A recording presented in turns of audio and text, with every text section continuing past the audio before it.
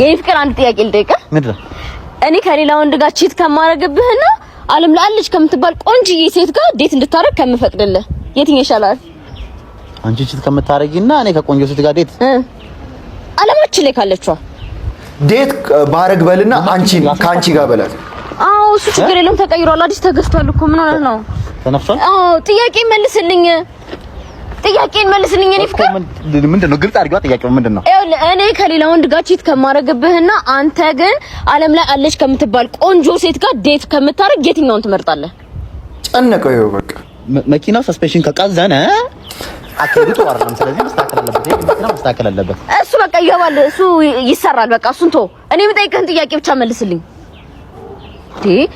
እኔ ከሌላ ወንድ ጋር ቺት ከማረግብህና አንተ ከቆንጆ ሴት ጋር ዴት ከምታረግ የትኛው ይሻላል?